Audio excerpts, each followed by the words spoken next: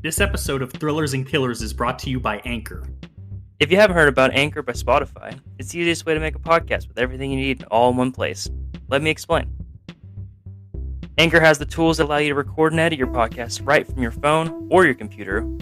When hosting on Anchor, you can distribute your podcast on listening platforms like Spotify, Apple Podcasts, and more. It's everything you need to make a podcast all in one place. And best of all, it's totally free. Download the Anchor app or go to anchor.fm to get started.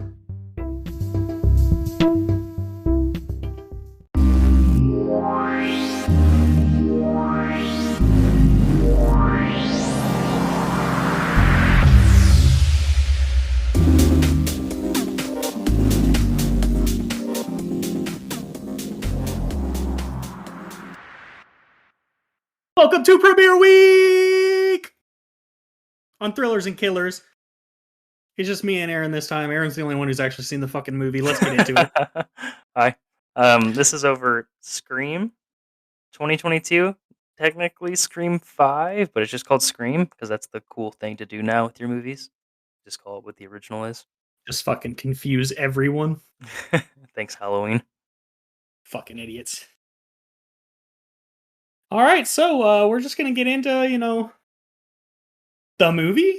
Just a real quick thing. I've only seen the first scene, but Aren's gonna carry us through. So yeah. Yeah, I'll try and keep it spoilery free for the most part. Like I won't tell you who the killer is or anything. How was it, bro? Was it good? Yeah, I think so. I was pretty interested the whole time. They do bring back like our three, main characters from the first and from all of them. You get Sydney, Dewey, and Gale back. Courtney Cox is still on this shit? Oh man. Yeah. And not to get too spoiler or anything, but I will say I respect the movie for the balls it has to kill 1, 2, or 3 of the main legacy characters. 1, 2, or 3? 1, 2, or 3. I don't want to say which one. Ba-ba-ba! I think sometimes with these movies that get rebooted and you have these beloved characters, they can get a little scared to act on them. But movie got some balls. So I've only seen the first scene of this movie. I don't want to say how I saw the first scene of the movie. But it was not good. It was not good. First scene, it's obviously the cold open. It's the thing Scream does.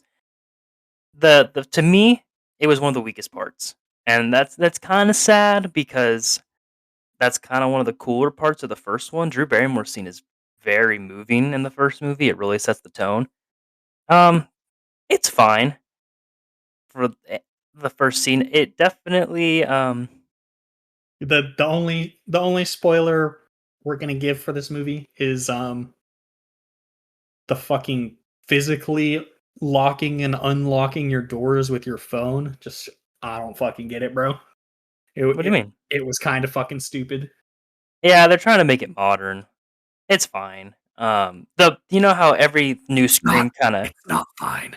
You know how every new Scream kind of introduces like a new element. You get like, I don't know which movie it is. I can't remember off the top of my head. You get like a voice changer that can modify like anybody's voice to sound like Ghostface, or they just have everybody's fucking voice.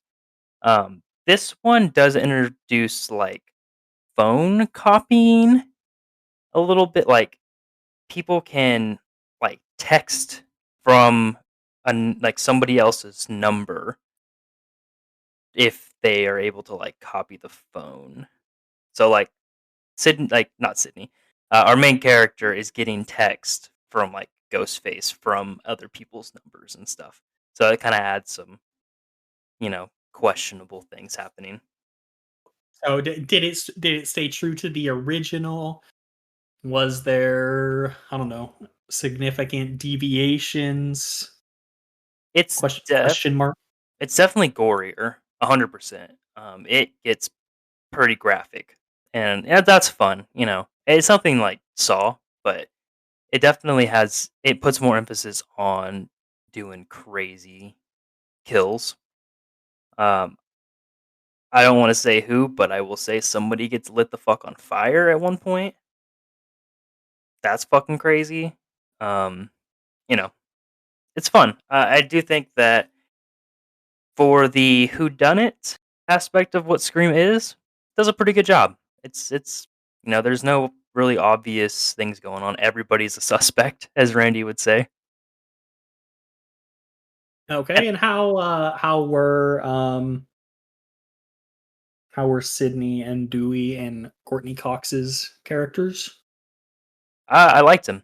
Um, think they did a really good job of making it believable as to why they would all be back there and be trying to get at Ghostface, and like why they would even care anymore. I mean, because it's been 25 years, and just obviously you can tell from the trailer or whatever. We got new characters too, so I think a good job mixing the old and the new characters. All right. Do you think Neve Campbell is sneaky Nev, hot? Nev Campbell. Nev Campbell, is she sneaky hot? Question mark. Nah, not my type anymore. When she Oh, was she. younger in the first Uh, one, for sure. you're not into some MILF action, bro. It's not that I'm not. She's just okay at this point. She's not your MILF type. Yeah. Sorry, Nev. Do do do do. Let's see. Uh, a new character additions. Are they good? Question mark.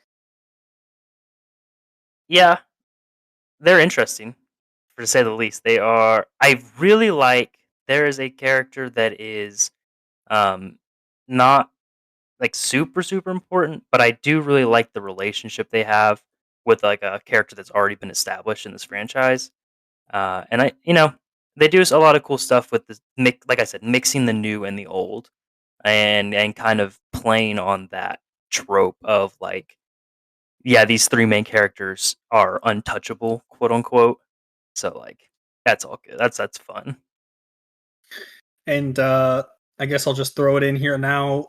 The IMDb rating of Scream is currently a 7.3 out of 10. You feel that's a pretty accurate, fair score? Yeah, I'd probably say it's 7.5. It's nothing. It's more of a Actually, 7.36. I do think it is one of the better of the reboots. Like, it does a pretty good job of, it's not just, like, trying to piggyback on the original and be like, "You guys remember how cool this original Scream was?" It's not doing that. Like, it's doing, like, its own thing, and it's pretty sweet. Like, I will say, if you're not into horror movies, this movie might not be for you because it is calling out so many fucking horror movies the entire time, that's the point of the original Scream, but I think this movie does it more directly. Like, you saw the opening scene.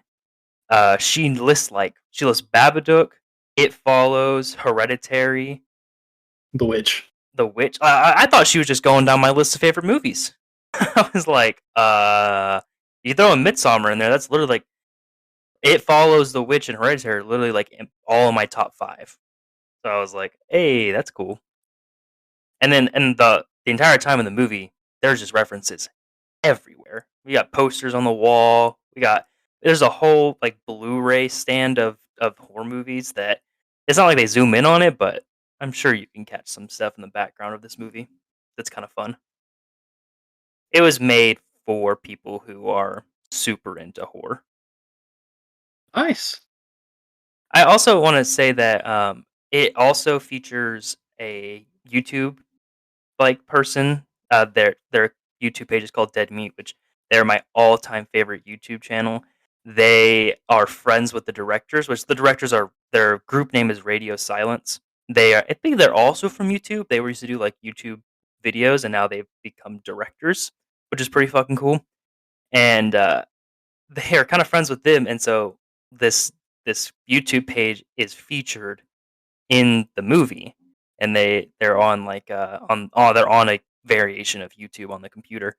I just want to say that would be insane to be featured like in a scary movie as like your like our podcast channel being featured in a movie would be mind blowing. So that was really cool for me as somebody who knew who they were. I basically did the Leonardo DiCaprio meme where I like leaned forward and pointed at the screen.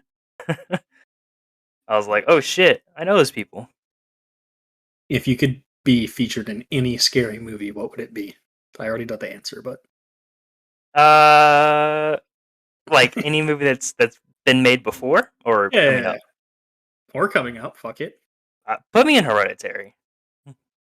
I want to be somewhere in that movie. No, I don't think I actually want to be in Hereditary. I don't want to be in, bro. I'm down. Like that'd be fun.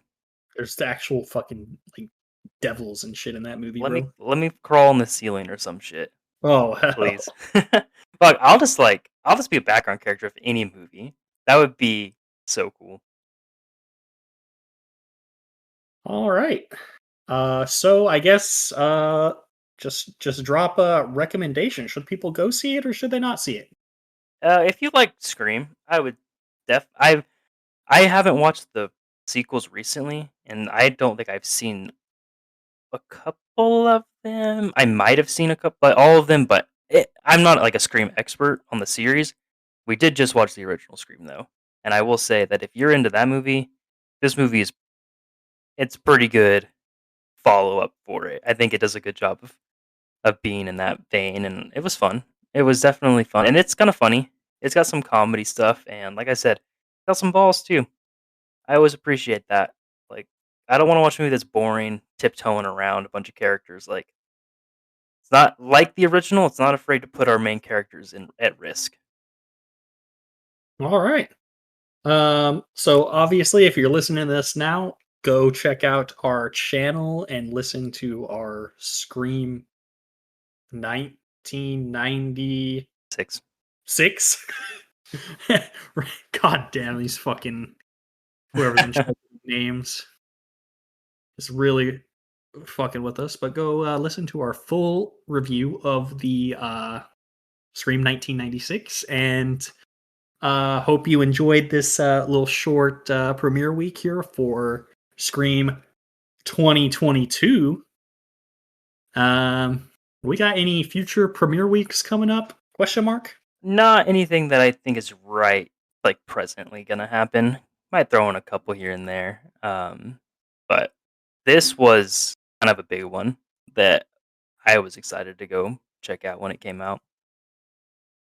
Anyways, we'll see you guys later. The next thing you'll probably see from us, I would have to imagine, is our Memento Yep. review.